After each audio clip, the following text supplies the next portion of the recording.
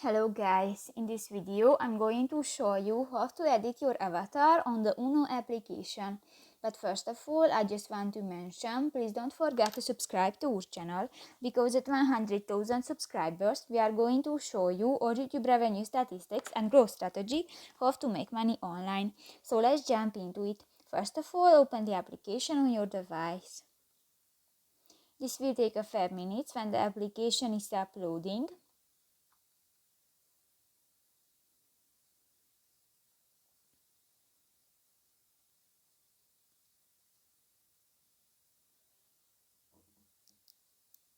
And go to the profile icon at the upper left corner of the screen.